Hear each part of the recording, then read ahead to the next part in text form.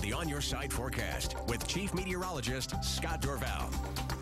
Well, the sunshine came out a little bit today, but we had a lot of cloud cover much of the day, as I'd expected. That debris cloud cover from some storms or showers trying to get formed, but the atmosphere is so warm aloft, you need cooler air in the upper atmosphere so that the warm air has room to rise. So it's actually an inversion in place that stops the thunderstorms from really forming. So that's what we call having a cap on the atmosphere, and that has been the case. So really not getting any thunderstorms, no lightning around the region today. Good news. Tomorrow, a few places could get lightning. Eastern Oregon right here, also the east central mountains around Stanley, and of course down in the Nevada border here, we could see that. Meantime, today we did hit 98 today. Tomorrow, with less cloud cover, I think we've got a chance to hit that 100-degree mark again. So some light showers going by to the south. We had a shower go by just south of Mountain Home Air Force Base, and it sent a gust of wind from south to north. As I was coming back from Live After 5 today, I saw one of the cranes just shifting directions because they unlock those when they leave at night so that they can blow in the wind like a wind vane, and it was moving as it came in straight from south to north as the wind was coming in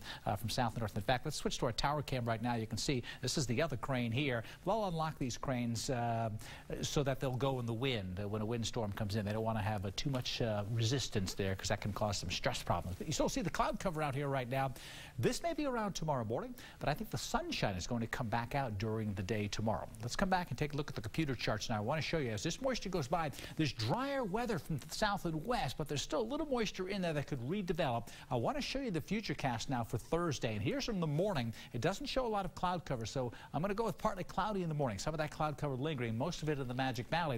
And as the day goes on, you don't see too much, but eastern Oregon and the west central mountains, that's 1 o'clock in the afternoon, and a chance for some storms forming here and then maybe up over Stanley. So the afternoon is going to want to build more storms, a little more unstable, but the moisture will be drying out as the day goes on. So the two combined will leave us with not a huge threat for storms, but we do have that threat later in the day for some dry lightning to form. So hot inland indeed tomorrow. The only cool weather along the coast, but this cool weather here will come in as a trough of low pressure begins to cool the northwest. Almost unseasonable to bring those temperatures down a little bit. Well, I'm going to get close to normal, so I guess it's not that unseasonable. But you'll see a difference up here for the Hot Summer Nights Festival going on in Riggins. This is the big weekend. If you've not been to this festival, a lot of fun, great family fun activities going on. 103 on Friday. Scorching heat as you'd expect in Riggins. Then 95 Saturday with much of the festivities going on with a lot of sunshine. Beautiful day, a little bit of a breeze. And how about that 89 on Sunday? It's amazing to have a temperature change like this and not bringing in rain with a cold front coming through. So we'll see the cooler weather. Now you'll notice this is Riggins north of McCall.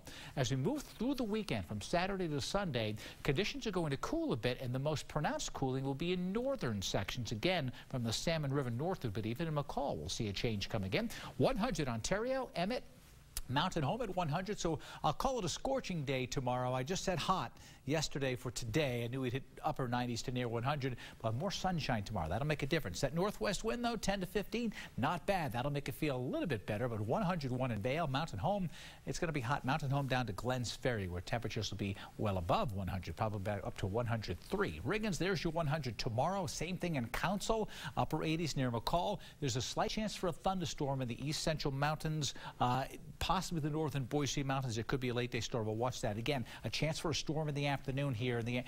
Not a huge widespread event, but we have to watch it closely. Temperatures mostly in the 80s.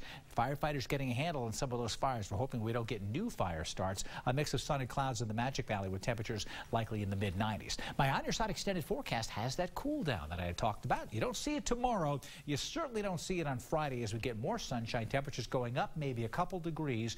101, 102. Then Saturday, mid-90s. Look at Sunday, 93. I'm going to call it the beginning of our pleasant weather. It was 71 in Boise this morning, near 70, but look at the low temperatures drop to the low 60s, and we'll call it pleasant weather through the middle part of next week with temperatures hanging in the lower 90s. I do see the long-range charts bring temperatures back up maybe to the mid to upper 90s a little ways down the road, but we'll deal with that later. Was the crane moving fast?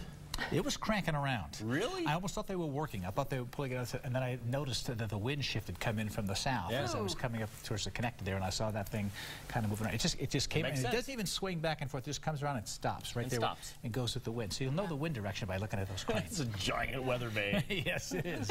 Thanks, Scott. Well, more than 7,500 papers from Robert F.